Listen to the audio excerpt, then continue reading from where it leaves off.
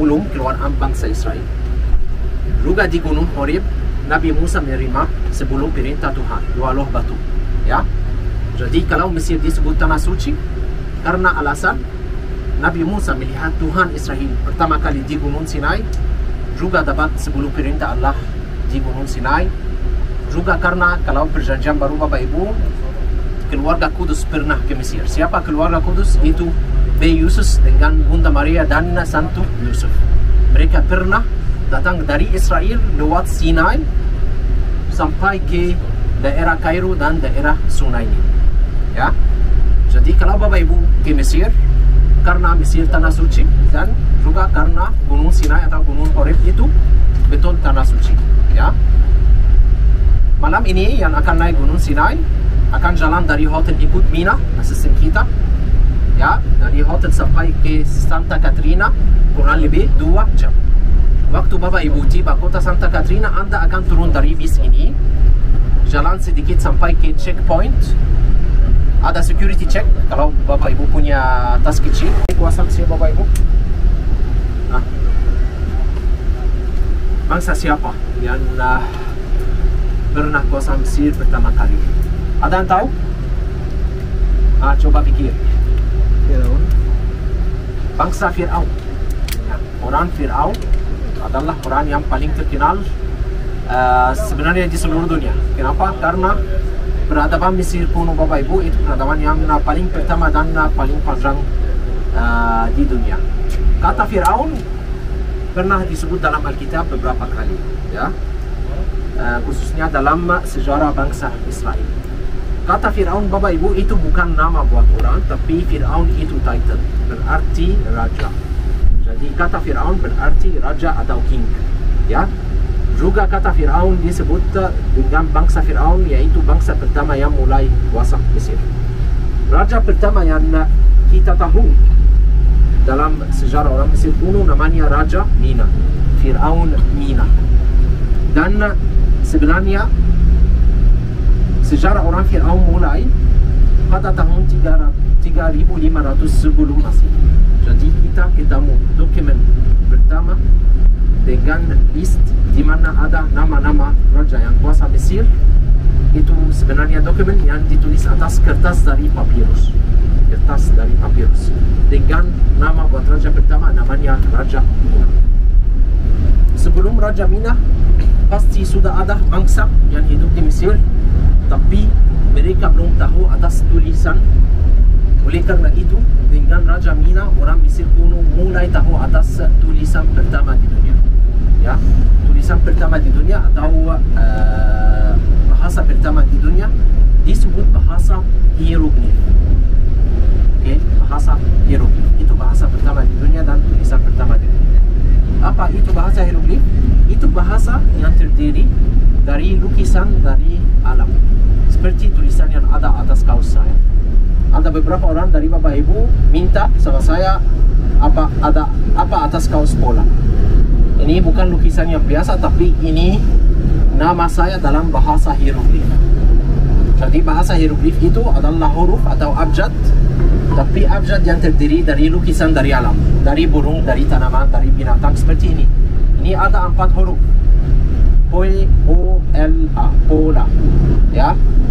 Tapi itu bahasa hieroglif yang digunakan oleh orang pertama atau oleh Fir'aun, bangsa Fir'aun, bangsa pertama yang kuasa Mesir.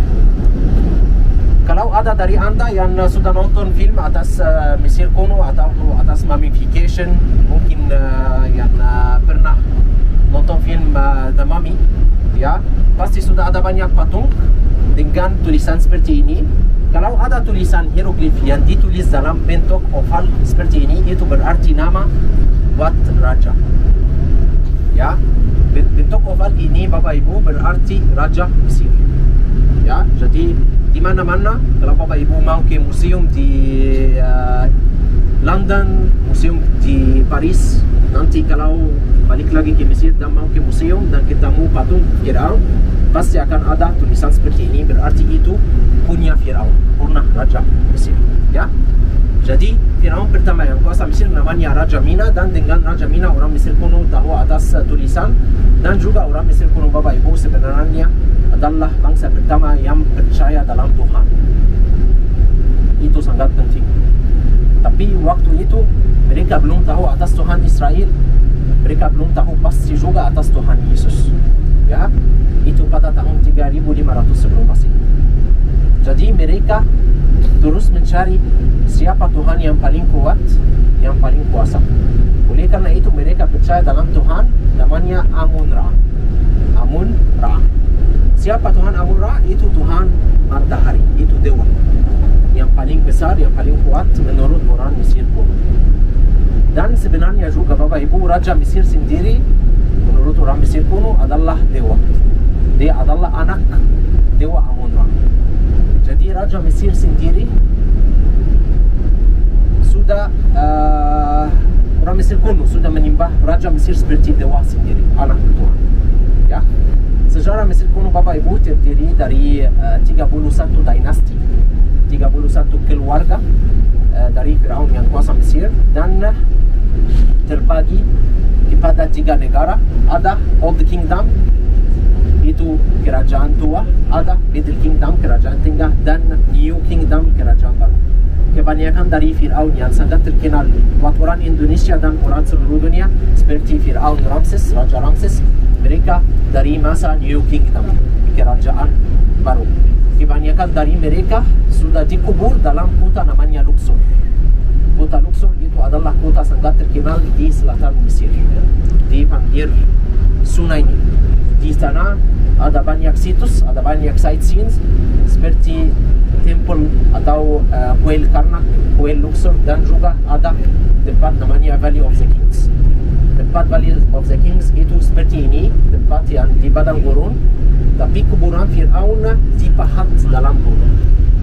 Ya, besok kita mau ke Kairo dan kita akan lihat kuburan Firaun yang ada di dalam piramid. Ya, tapi bentuk piramid itu dipakai oleh Firaun yang paling pertama dalam sejarah Mesir. Firaun kerajaan tua, Old Kingdom. Tapi Ramses, Hatshepsut, Tutankhamun, semua Firaun yang sangat kenal, yang sangat terkenal buat Bapak Ibu, mereka dikubur dalam Valley of the Kings. Itu kuburan yang dipahat di dalam gunung. Ya. Kemarin Bapak Ibu sudah ke Gunung Sinai. Gunung Sinai itu tempat atau situs yang paling suci dari sejarah bangsa Israel, dan mungkin dari banyak dari Bapak Ibu minta kapan bangsa Israel datang ke Mesir. Bapak Ibu tahu siapa orang Israel pertama yang datang ke Mesir? Siapa? Dari keluarga Yakub. Habibi, ada banyak yang belum pernah ke sekolah minggu atau apa. Orang pertama dari keluarga Yakub yang datang ke Mesir namanya siapa? Yusuf. Terima kasih Pak. Ya, Yusuf itu adalah anak Yakub yang paling terkenal dalam Alkitab, karena itu orang yang paling beriman dan paling dekat dari Tuhan. Ya, dia pasti Bapak Ibu tahu cerita Yusuf. Dia dijual oleh saudaranya seperti orang budak, dan dia masuk ke Mesir dari Saudi, by the way. Ya, kita kemarin sudah lewat Teluk Aqaba dan sudah lihat berbatasan sama Saudi, ya. Jadi Saudi sangat dekat dari Mesir. Jadi dulu bangsa Yakub mereka hidup di tanah Kanaan, yaitu Israel sekarang, dan Yusuf dijual di tanah Kanaan dan masuk dari Sinai ke Mesir. Ya, dan dia masuk sampai ke daerah Sungai Nil, dan dia hidup di sana di istana Potifar. Potifar itu adalah orang penting VIP dalam istana Firaun. Dia hidup menyembah Potifar dan istrinya, dan karena istri Potifar, Yusuf masuk ke penjara. Dan dia menderita banyak di Mesir, tapi dia terus beriman. Akhirnya dia menjadi orang yang paling penting kedua setelah Raja Mesir.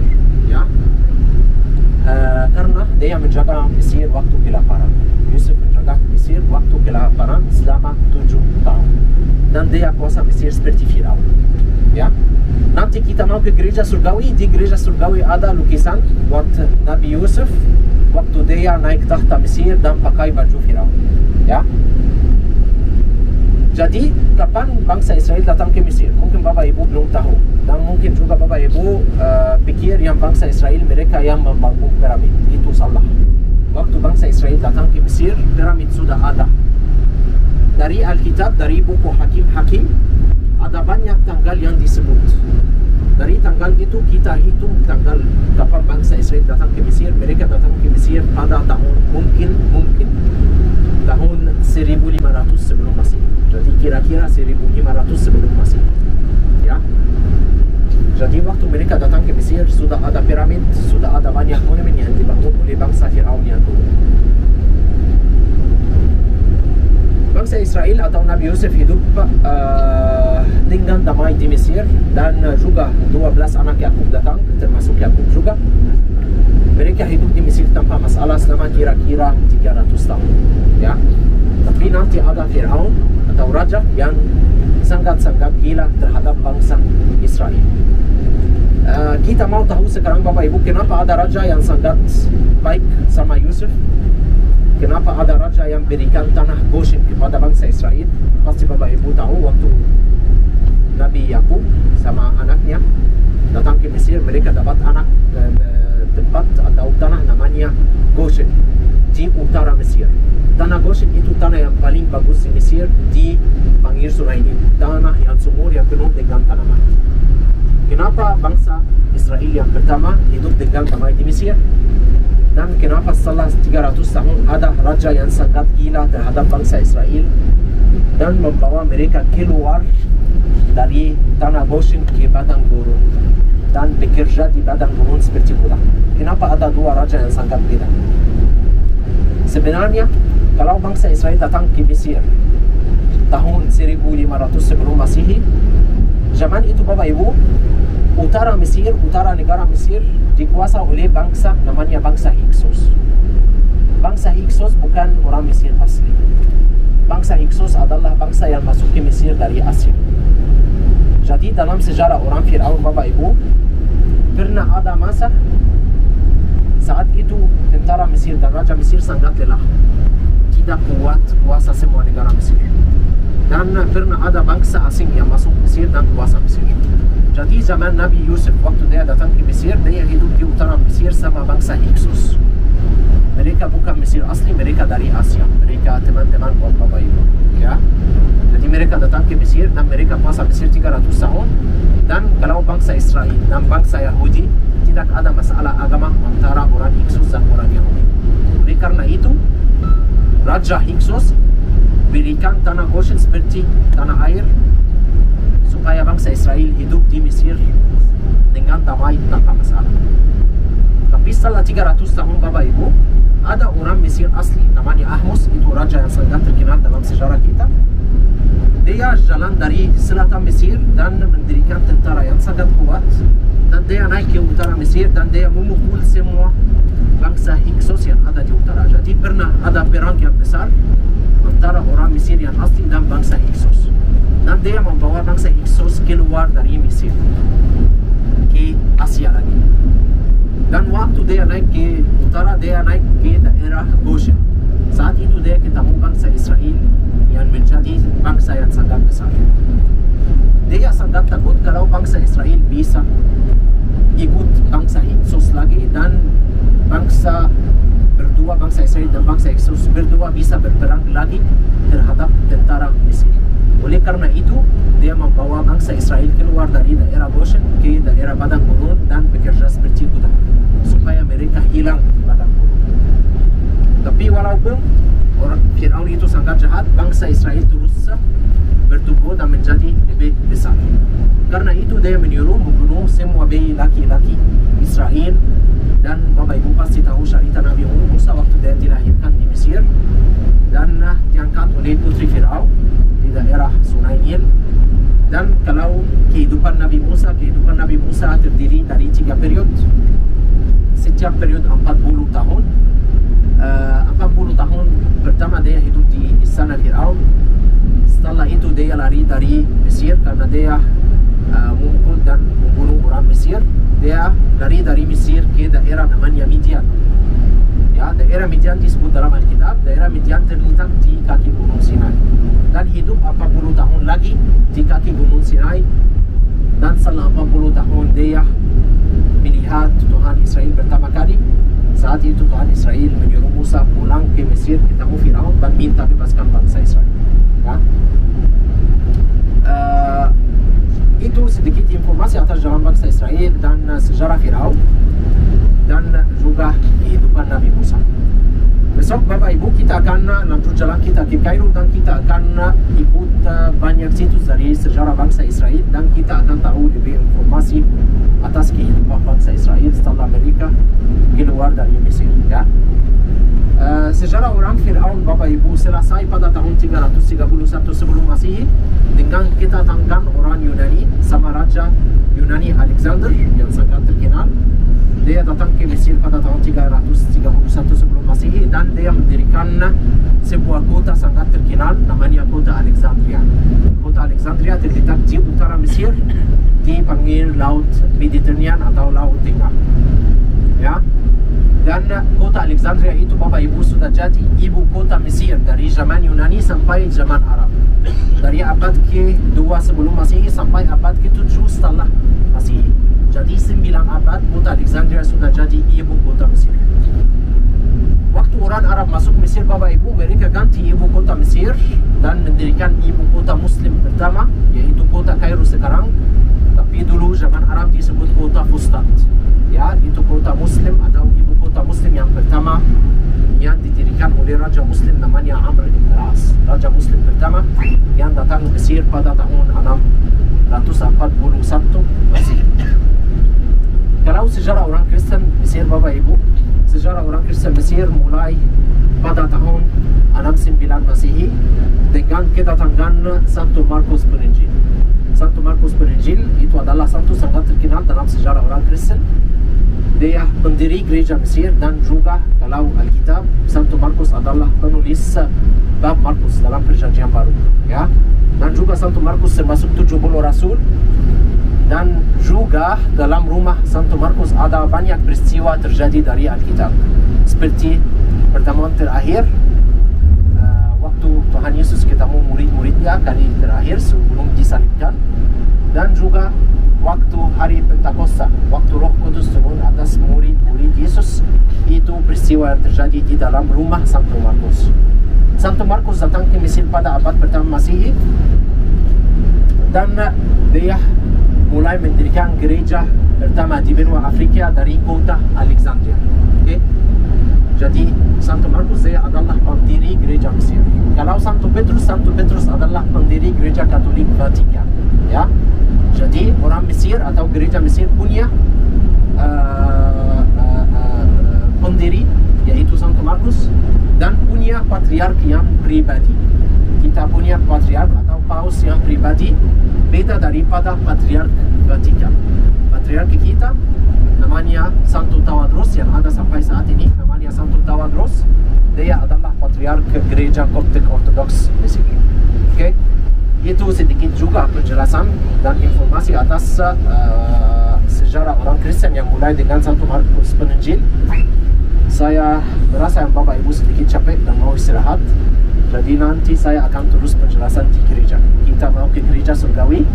Di sana kita akan melihat banyak simbol dari agama Kristen Ortodoks dan kita akan nanti tahu banyak informasi yang luar biasa atas sejarah orang Kristen. Okay?